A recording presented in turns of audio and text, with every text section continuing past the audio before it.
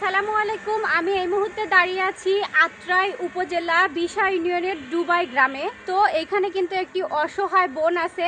তো আমি এখন চলে যাচ্ছি সেই অসহায় বোনের কি অবস্থা একটুখানি দেখবো এবং তার মুখ থেকে শুনবো যে ওনার কি অবস্থা। আর এইটাই কিন্তু ওই বোনটার বাড়ি। তো আসেন আপনাদেরকে ওনার বাড়িটাও দেখায় এবং ওনার সাথে কথা বলবো। আমি এখন চলে এসেছি। আসসালামু আলাইকুম। আসসালামু আলাইকুম। ওয়ালাইকুম আসসালাম। এই যে আমার পাশে দেখতে পাচ্ছেন এই বোনটা কিন্তু অনেক বেশি অসহায়, কারণ এই বোনটার স্বামী উনি কিন্তু রোড অ্যাক্সিডেন্টে মারা গেছে। উনি বাসের হেল্পার ছিল।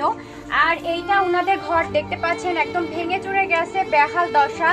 আর এই যে এই পাশে যে ঘরটা দেখতে পাচ্ছেন এই ঘরটা পার্শ্ববর্তী এলাকার একটা ভাইয়া করে দিয়েছে, কারণ ওনার মাথা গোজার মতো কোনো ঠাঁই নেই।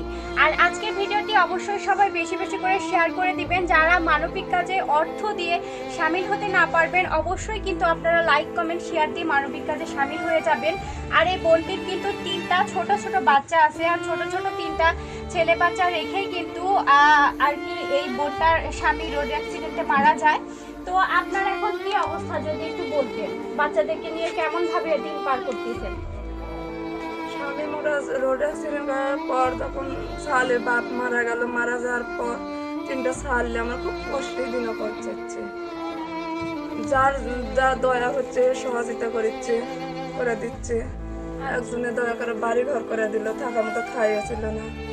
একজনে টিউবওয়েল করে দিল, টিউবওয়েলের পানি মানুষের থেকে নিয়ে আসা খাওয়া হচ্ছিল, সেটা খাওয়া হচ্ছে না, দয়া করে দিচ্ছে। আচ্ছা, খাওয়া পড়া কেমন ভাবে চলছে? বাজার সদা আমি যদি নিজে করতে না পারি, একজন বাপি বলে পরিচয় দিচ্ছি, তাই কাছে বিটি তুমি যদি বাজার সদা করে না পারো তাহলে আমার দোকান অমুক জায়গা আছে, তুমি সেখানে যাই, আমি বাজার সদা দেবো। যখন আমি পারি না তখন আমি সেখানে যাই, গেলাম সত্যি আমি বেশ হবে ছবি।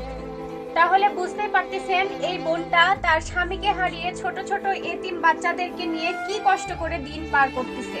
আসলে বাচ্চাদের কিন্তু বাবাদের কাছে অনেক বেশি আবদার থাকে। যাদের বাবা নেই সেটা তারাই একমাত্র বুঝতে পারবে, যাদের বাবা নেই মা নেই কেমন ভাবে দিন পার করে। এই বোনটি কত অসহায় অবস্থায় আছে দেখেন। তার মাথা গোজার ঠাঁই ছিল না, একজনের দয়া হয়েছে এই ঘরটা করে দিয়েছে, এই ঘরটা এই বোনটি থাকে।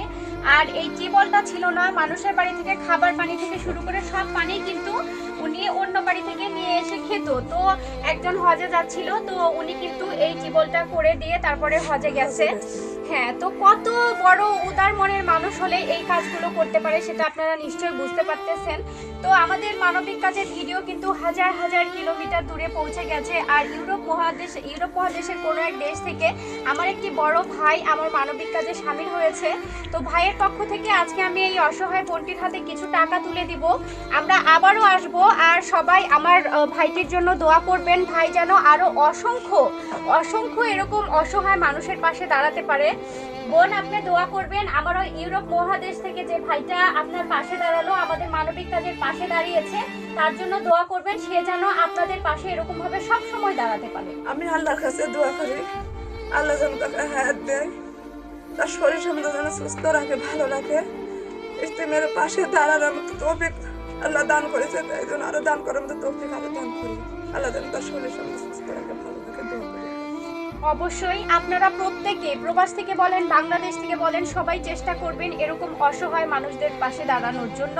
আর ছোট ছোট বাচ্চারা অবশ্যই এটা কিন্তু আমরা কেউ, বাবার যে অভাবটা এটা আমরা হাজার কিছু করি আমরা কিন্তু কেউ পূরণ করতে পারবো না। কারণ প্রত্যেকটা বাচ্চার কিন্তু বাবার কাছে একটা আবদার থাকে যে বাবা এটা নিব ওটা নিব বা এই জিনিসটা খাবো। তো আমরা যদি একটু সহযোগিতা করি এই বোনটাকে, তাহলে কিন্তু এই বোনটা তাদের বাচ্চাদের ছোট ছোট ইচ্ছেগুলো পূরণ করতে পারে বা বাচ্চাদেরকে নিয়ে খেয়ে পরে বেঁচে থাকতে পারে। এইটুকুই আমার আপনাদের কাছে চাওয়া। অবশ্যই কিন্তু এই অসহায় বোনটির পাশে আপনারা দাঁড়াবেন। অসংখ্য এরকম বোন আছে, পাশে দাঁড়াবেন সবাই।